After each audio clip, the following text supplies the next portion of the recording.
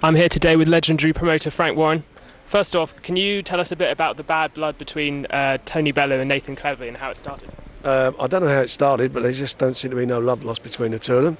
Having said that, they are absolute consummate professionals, and we have told them they've got to rein in their behaviour at press conferences over the next few weeks. I know that they're both emotional about the fight, and save it all for the night, because on the night I think it's going to be explosive. In Bellew's last fight, he tried to box. Do you think he'll do that again, or do you think he'll come out all guns blazing? I've got no idea what he'll do. I think I think it's going to be a real, heart on your sleeve fight.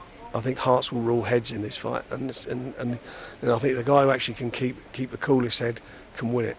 But I think the nature of how they are, the nature of how they feel towards each other, I just think as soon as that bell goes, it could even be like a British version of Hagler Hearns.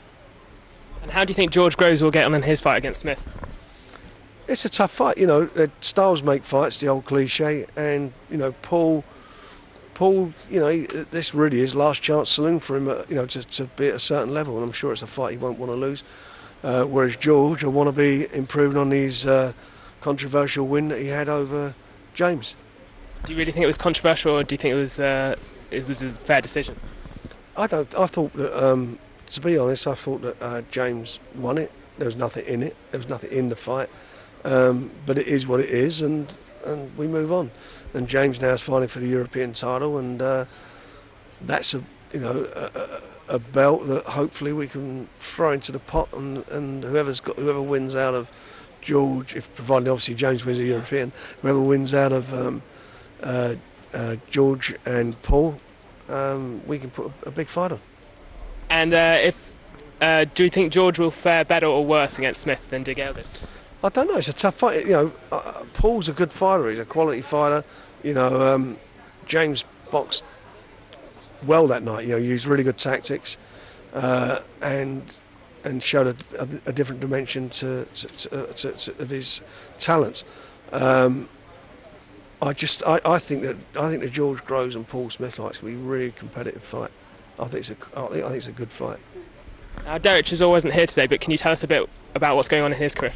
He'll be fighting within the next couple of months, and we'll be announcing his opponent in due course. Do you think the reason he lost to Fury is because of the weight? Yes. I don't want to take nothing away from Tyson Fury, because Tyson Fury prepared absolutely thoroughly for that fight, and he deserved the win. Whereas my man came in overweight. Would it have been a different situation had he trained? Not so much trained, had he looked after the weight aspects of his training? Who knows? I feel it may have been, but I'm not taking it away from Tyson Fury, because Tyson Fury deserved the win on the night. And what do you think the chances of a rematch are in that fight? I wouldn't think that Tyson Fury's people, Mick Hennessy, would want to fight Derek Chisel again, who came in a stone under the weight he did last time.